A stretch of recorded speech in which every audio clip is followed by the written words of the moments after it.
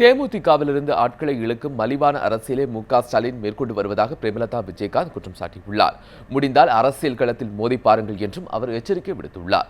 தேமுதிக தேர்தல் அறிக்கை விளக்க பொதுக்கூட்டம் சேலம் தாதகாப்பட்டியில் நடைபெற்றது. இந்நிகழ்ச்சியில் கலந்து கொண்டு பேசிய தேமுதிக மகளிரணி தலைவி பிரேமலதா விஜயகாந்த் கூறுவது போல தானாக கரைவதற்கு தேமுதிக சோப்பு கட்டியல்ல என்றும் மலிவான அரசியல் தேவையில்லை என்றும் பேருக்கேற்றபடி ஸ்டாலின் நடந்து கொள்ள வேண்டும் என்றும் அவர் குறிப்பிட்டார். முடிந்தால் அரசியல் களத்தில் மோதி பாருங்கள் என்று எச்சரிக்கை விடுத்த பிரேமலதா விஜயகாந்த் தேமுதிகவிலிருந்து திமுகவில் இணைவது என்பது பாழும் கிணற்றை தேடி சென்று விழுவது போன்றதாகும் என்றும் குறிப்பிட்டார்.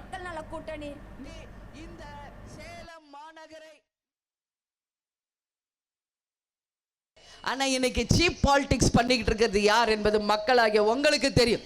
அவர் சொல்றாரு, நாங்க யாரையுமே கூப்பிடலையே, நாங்க யார்கிட்டயுமே பேசலையே. மிஸ்டர் ஸ்டாலின் அவர்களே, உங்களுக்கு நான் காமிக்கவா இன்னைக்கு எங்க மாவட்ட செயலாளர் நீ எத்தனை பேர்கிட்ட பேசிட்டு இருக்கீங்க, எங்க சட்டமன்ற உறுப்பினர் எத்தனை பேர்கிட்ட நீங்களே நேரடி தொடர்பு கொண்டிருக்கீங்க, நான் வேணா எடுத்து சொல்லவா?